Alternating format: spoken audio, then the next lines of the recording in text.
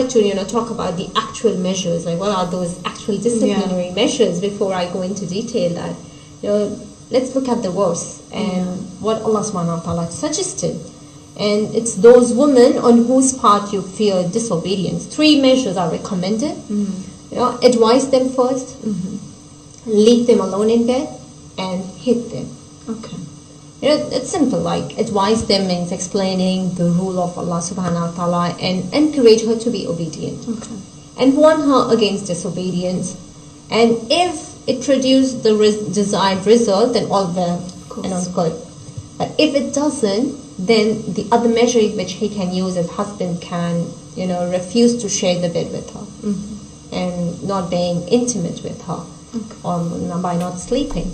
And if this doesn't work and it does not bring the desired effect, then the third measure, which is permitted, I want to make this point very clear that he is permitted, not obliged here or not encouraged, but he's permitted to hit her. So how do we understand this? SubhanAllah, that's what a beautiful, the blessing from Allah subhanahu wa ta'ala. That he said not to take all the steps, at one time. It is one after the other. But before, I directly want to elaborate on what that, that part is. What is the third option? All right, thank you very much. Peace of Christ to all. As you see, she is describing beating a wife as something beautiful. First of all, Muslims always, they lie to us when they read their Quran. She said that you have to go three stages. First, you admonish her. Second, you stop sleeping with her. Third, you beat her. The fact it doesn't say that in the Quran. Muslims are a bunch of liars as usual. This is the Quran in front of us, and I challenge the Muslim to show me where is the word first and where is the word second and where is the word third. But for sure they can lie to you in the translation because they assume that you are ignorant when it's come to their book, especially it is written in Arabic. And any knowledge you are going to earn is going to be about what is given to you in a translation. So now if we go to the Quran, chapter 4, verse number 34, you will see clearly that it doesn't say any of what she's saying about scourging first, admonishing first, and etc. All of this is just a pure lie. Let us make it clear for you guys, so you can read it with us and we can show you how Muslims fabricate stories. If you read with me here in the verse, it says,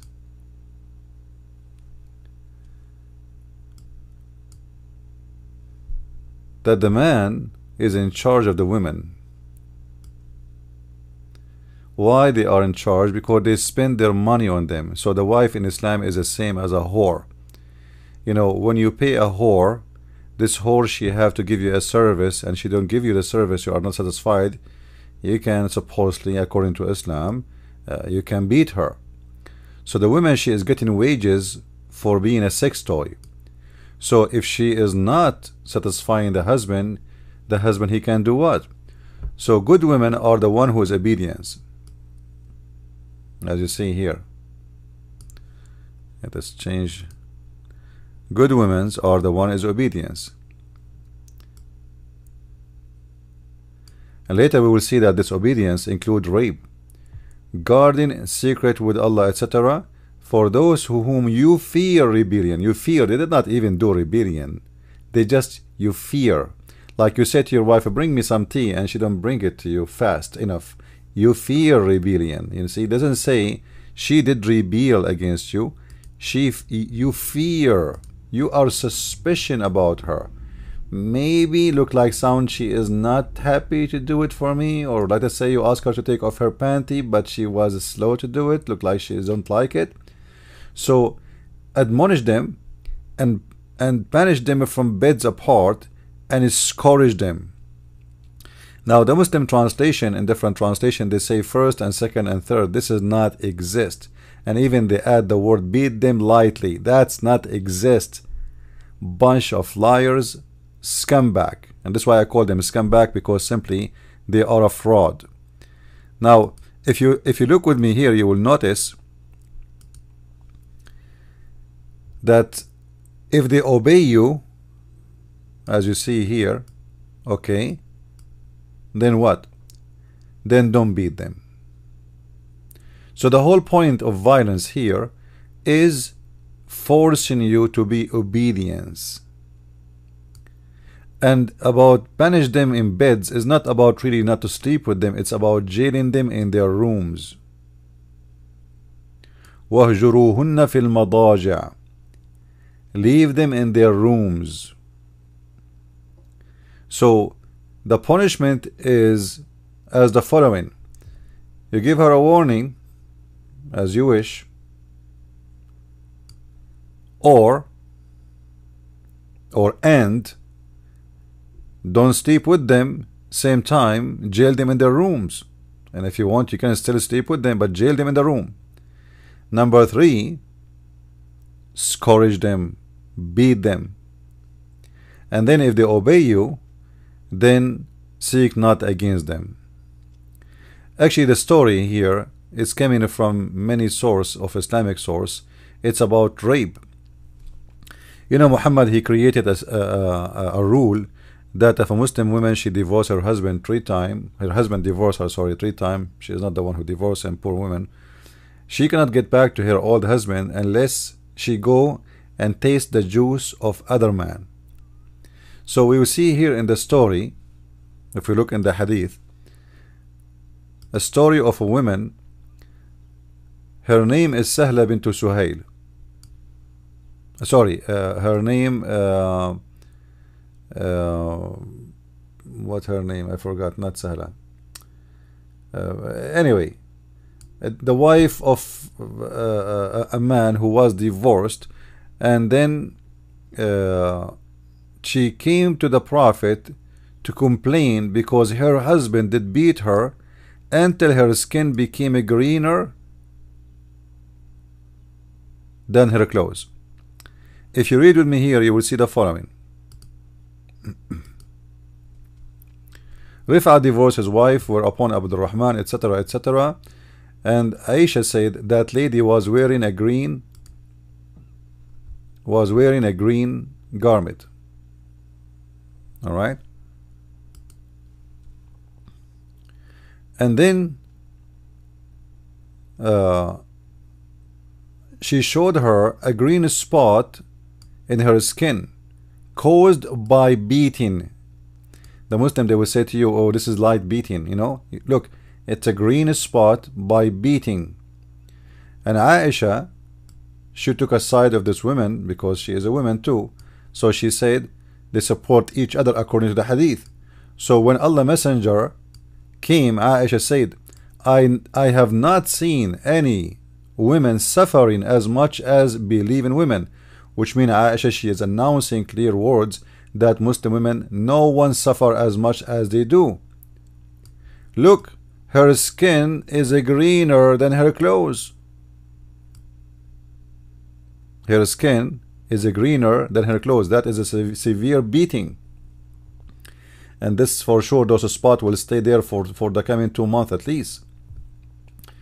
Then Abdul Rahman, the husband who did beat this woman, follow her when he heard that she is coming to meet Muhammad. So when he came, Muhammad, he asked, you know, he is supposedly the judge, right? So he asked about what happened. The man, he said to him, this woman, she don't want to sleep with me. All right? She don't want to sleep with me. She said, by Allah, I have done no wrong to him.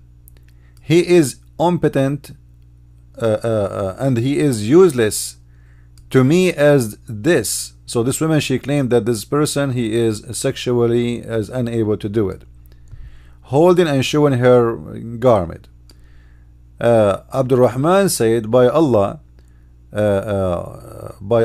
O Allah Messenger, she told a lie. I am very strong, I can satisfy her, but she disobedient and want to go back to Raf'a.